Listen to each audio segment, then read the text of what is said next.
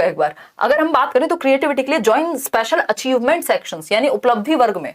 नहीं, जरूरी नहीं है जिनके नंबर ज्यादा आ रहे हैं वो क्रिएटिव हैं, तो वहां ले जाके भी क्या फायदा होगा। Encouraging original discovery and thinking, ये बात बिल्कुल सही है कि मौलिक विचार, कुछ नए, कुछ डिफरेंट, जिसमें कुछ डिफरेंट हो, क्रिएटिविटी, डाइवर्जेंट थिंकिंग लगे, ये सही है। फिर आता है C option, developing good test taking skills. नहीं, लर्निंग कन्वर्जेंट तो उल्टा होता है, कन्वर्जेंट तो इंटेलिजेंस से जुड़ी हुई है, convergent thinking as per JP Guilford, और डाइवर्जेंट थिंकिंग है क्रिएटिविटी से जुड़ी हुई। अब सारी सोच की जरूरत पड़ती है क्रिएटिविटी में, ना कि अभिसारी की।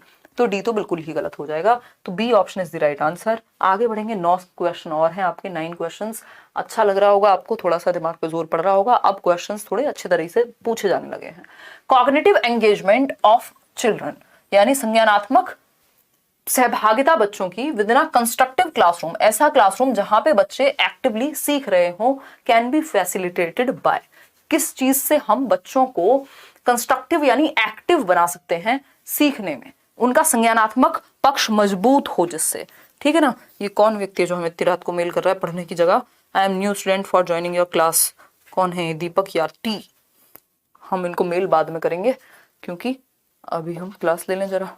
देखिएगा, अगर हम बात करें बी ऑप्शन की कह रहे हैं ज्यादातर लोग, तो कॉग्निटिव एंगेजमेंट यानी संरचनात्मक कक्षा में बच्चों की संज्ञानात्मक सहभागिता, यानी बच्चे अपने दिमाग से, अपनी थिंकिंग, अपनी रीजनिंग, अपनी इमेजिनेशन, अपनी मेमोरी, अपना परसेप्शन, अपनी डिसीजन मेकिंग, अपने लॉजिक के साथ अगर समझें तो उसके लिए क्या जरूरी है? बच्चों की अब बात करना आपस में, बिल्कुल सही है, डिस्कशन से संज्ञानात्मक विकास अच्छा होगा। इमोशंस भी जरूरी है एक व्यक्ति के, एक टीचर के भी। पॉजिटिव इंटरपर्सनल रिलेशनशिप्स, हाँ बच्चों में अच्छे सकारात्मक रिश्ते होने चाहिए। एक्सटर्नली इम्पोज्ड डिसिप्लिन, बिल्कुल भी सही नहीं है कि बाहर से आपने इम्पोज कर दिया डिसिप्लिन तो वो खुल के बात ही नहीं कर पाएंगे। सेल्फ डिसिप्लिन की बात होनी चाहिए। कंस्ट्रक्टिविस्ट क्लासरूम में थोड़ा बहुत शोर नॉर्मल है, थोड़ी बहुत बातचीत की एक्टिविटी होना नॉर्मल है। तो first, second, third, C option is the right answer. D को हटा देंगे क्योंकि वो नेगेटिव है। आगे बढ़ेंगे क्वेश्चन नंबर 22 पे। देखिएगा 22वां सवाल आपके सामने क्या कहता है। The failure of children is often the failure of schools, यानी When a child fails, the system fails। मतलब जब बच्चा फेल होता है तो सिस्टम फेल होता है, यानी बच्चों की असफलता अक्सर विद्यालय की असफलता है ना। Which of the following supports this statement? इनमें से कौन सा है जो इस स्टेटमेंट को सपोर्ट करता है कि जो बच्चों की असफलता है वो विद्यालय की असफलता है, यानी अगर बच्चे फेल हो रहे हैं किसी स्कूल में तो विद्यालय का सिस्टम फेल हो रहा है। इसका मतलब क्या हुआ भाई? आप बताएंगे, 4 ऑप्शंस में सेलेक्ट करें, परेशान मत हो, उदय सर की क्लास जल्दी ही कराएंगे, आज बात कर लेंगे उनसे, है ना। अच्छा सुधांशु, देखते हैं, ठीक है। देखिएगा, तो school exist so that they can appropriately discriminate among students ability. मतलब स्कूल इसलिए एग्जिस्ट करते हैं ताकि वो बच्चों में भेदभाव कर सकें, भेदभाव को, विभेदीकरण को सामर्थ्य दे सकें। तो इससे घटिया बात, इससे बेकार बात, इससे 2 रुपीज की बात कोई और नहीं हो सकती, तो ये तो गलत है। बी ऑप्शन है, children fail because schools do not take into consideration different pace of learning of students. ये बात हमें सही लग रही है भाई, बच्चे इसलिए फेल होते हैं क्योंकि जो स्कूल्स हैं, जो विद्यालय हैं, वो इंडिविजुअल डिफरेंसेस का ध्यान नहीं रख पाते हैं, क्योंकि सारे बच्चे सेम मेथड से कैसे सीख जाएंगे, है ना। तो डिफरेंट मेथड्स का वहां यूज नहीं होता, डिफरेंशिएटेड इंस्ट्रक्शन का यूज नहीं हो पाता, तो बी ऑप्शन सही है। सी है, children fail because they do not comply with the school requirements. भैया बच्चों को विद्यालय की जरूरतों के अनुसार नहीं ढलना, विद्यालय को बच्चों की जरूरतें देखनी है। Children fail because of the lack of ability and less IQ. अब ज्यादातर जो मोर देन 50% पॉपुलेशन का आईक्यू तो सेम ही है, एवरेज आईक्यू के लोग हैं, तो यहाँ पे ऐसा नहीं है कि एवरेज आईक्यू की वजह से फेल हो रहे हैं, वो तो बल्कि आपको तरीके आने चाहिए सिखाने के। तो 22 का बी हुआ। क्वेश्चन नंबर 23 देखिए एक बार, ये कहता है to be relevant and meaningful a concept needs to be, यानी अगर हम रेलिवेंट होने की बात करें या अर्थपूर्ण होने की बात करें किसी संप्रत्यय के, तो किसी संप्रत्यय के प्रासंगिक और अर्थपूर्ण, यानी कॉन्टेक्स्ट, मतलब जिस संदर्भ में बात हो रही है। अगर हम दिल्ली बोल रही हूँ, भारत की राजधानी की बात कर रहे हैं तो मतलब कॉन्टेक्स्ट हो उसके बारे में, कुछ संदर्भ हो कि क्यों बनी, या अगर हम कनॉट प्लेस जा रहे हैं तो भैया अच्छा अंग्रेजों ने बनवाया था, ये था वो था, मतलब उस संदर्भ में बात हो सके, ठीक है। और मीनिंगफुल मतलब जिसका कोई अर्थ हो, जो जीवन से जुड़ी हुई हो, जिसका कोई अपने आप में लॉजिक हो। तो taught using a proper definition, definition से तो रटना हो जाएगा ना, रेलेवेंट कहां हुई, कॉन्टेक्चुअल कहां हुई, linked with the social context of the child's life. ये बात सही है, रेलेवेंट वो है हमारे लिए जो हमारे जीवन से जुड़ा हुआ है, बच्चे के जीवन से जुड़ा हुआ है, उसके सामाजिक परिप्रेक्ष्य से जोड़ करके पढ़ाना उसके लिए अर्थपूर्ण है। वो चीज आपके लिए इंपॉर्टेंट होती है, वो उदाहरण आप कभी नहीं भूलते जो आपके जीवन से जुड़ता है, जो आपकी लाइफ से कनेक्ट होता है, इतनी बात सही है या नहीं?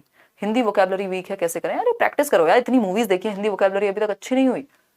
आपके साथ में जो है उसको दिखा दीजिए। श्वेता ये पूरे 5 रुपए लेती हैं, उससे कम में नहीं दिख पाती है है ना? तो इनको आप 5 रुपए वो कर दीजिए, क्या कहते हैं, पेटीएम। रिप्रोड्यूस्ड, मजाक करें, दिल पे मत ले जाना।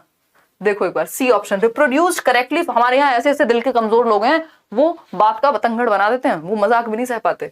सी ऑप्शन है reproduced correctly from the text book in the child's notebook. भैया पाठ्य पुस्तक से डायरेक्ट उल्टी नहीं करनी होती, एज इट इज नहीं लिखना होता। मेमोराइज्ड वेल, तो ये तो अपने आप में ही नेगेटिव है कि रट्टे लगाने हैं। तो बी ऑप्शन बच्चे के जीवन से जोड़ दीजिए। आगे बढ़ते हैं क्वेश्चन नंबर 24 पर।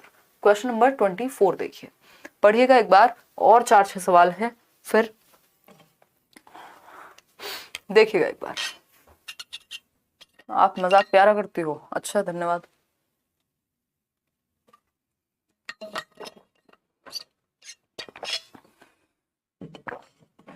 देखिएगा ये कह रही हैं व्लॉग देख लें इनका। अभी व्लॉग दिया था ना, मतलब दिया नहीं था, व्लॉग अपलोड हुआ था दूसरे चैनल पे, उसमें इनकी शक्ल दिखी है। ये अभी भाव खा रही हैं, आपने बुला क्या लिया इनको?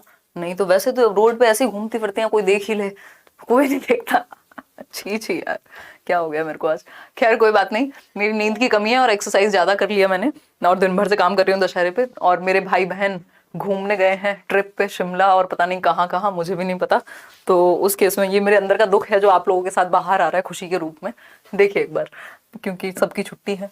द फियर ऑफ फेलियर यानी असफलता का भय needs to be discouraged in children within a classroom because, यानी असफलता के भय को दूर करना क्यों जरूरी है। यानी अगर आप में असफलता का भय ही रहेगा तो आप ठीक से पढ़ेंगे भी नहीं, आप ठीक से तैयारी भी नहीं करेंगे, है ना?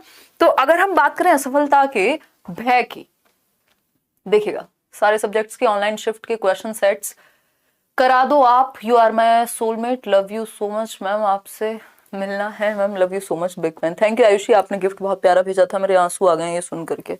काश कहीं और से भी यही सुना होता, बट ठीक है कोई बात नहीं, आप लोग ही कह दें, अच्छा लगा। चलते हैं आगे बढ़ते हैं, ये रिएक्शन नहीं देने बता रही हूँ। तो थैंक यू आयुषी, और बिल्कुल यार आप लोग सच में बहुत प्यारे लोग हैं। आते हैं इधर क्वेश्चन पे। द फियर ऑफ फेलियर यानी असफलता के भय की जब हम बात कर रहे हैं तो उसको बच्चों से दूर भगाना जरूरी है। अगर आप पहले ये मान लेंगे कि आप नहीं कर पाएंगे तो कहां से आप कोशिश करेंगे? आप कोशिश ही नहीं करेंगे, या आपके मन में डर इतना बड़ा हो गया कि आपकी कोशिश से बड़ा डर हो गया तो आप कोशिश ही नहीं करेंगे, है ना? तो अगर हम बात करें तो पहला ऑप्शन है children's fears can not be handled within a classroom by a teacher, यानी बच्चों के डर को संभाला नहीं जा सकता क्लासरूम में टीचर के द्वारा, ऐसा थोड़ा ही है ना? School can not take responsibility for emotional lifes of children, ये कोई बात है? बच्चे इमोशन लेस होकर के आए स्कूल में जब आए तो, है ना? उनमें कोई इमोशन ना बचे, रोबोट्स बना दे हम उनको। टीचिंग इसीलिए वैसा प्रोफेशन नहीं है कि आप जहां ओवर प्रोफेशनल हो जाएं, है ना? ओवर नहीं हो सकते, आपको बच्चे से जुड़ना पड़ेगा। फिर आते हैं सी ऑप्शन पे, failure and errors are a natural part of children's learning. ये बात सही है बट उतनी सही नहीं है, हो सकता है इससे बेहतर हो। Children who experiences fear are developmental failures. हम ऐसा थोड़ी कहेंगे भैया डर लगना तो, जेबी वॉटसन कह रहे हैं, आपसे 2018 में क्वेश्चन भी पूछा गया था, अगर किसी को याद हो तो याद कर लीजिए। वॉटसन क्या कह रहे हैं, हमारे अंदर 3 इमोशंस हैं जो बाय बर्थ होते हैं। क्या है? 3 इमोशंस हैं, 3 इमोशंस बाय बर्थ, जन्म से होते हैं हमारे अंदर 3 emotions, as per John Broadus Watson. ठीक है, जेबी वॉटसन, ये वही है फादर ऑफ बिहेवियरिज्म यानी व्यवहारवाद का जनक कहते हैं इनको। ठीक है, ये क्या कह रहे हैं, 3 इमोशंस हैं, फॉल के नाम से आपको याद रखना है, फियर, एंगर और लव। FAL।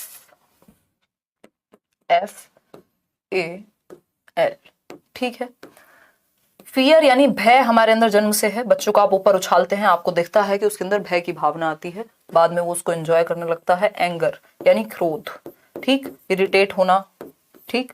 लव यानी प्रेम, ठीक, प्रेम प्रसंग नहीं, प्रेम की बात हो रही है, ठीक। तो ये जन्म से हैं as per Watson. Little Albert पर जिन्होंने एक्सपेरिमेंट किया था वही वॉटसन है, ठीक। तो हम ये नहीं कह सकते कि बच्चे में इमोशंस नहीं होंगे, वो इमोशन लेस होगा और इमोशंस का होना फेलियर है एंड ऑल, ऐसा नहीं है, ठीक है ना। कोई दिक्कत, कोई परेशानी है? अलग ही मूड में लग रही हो आप।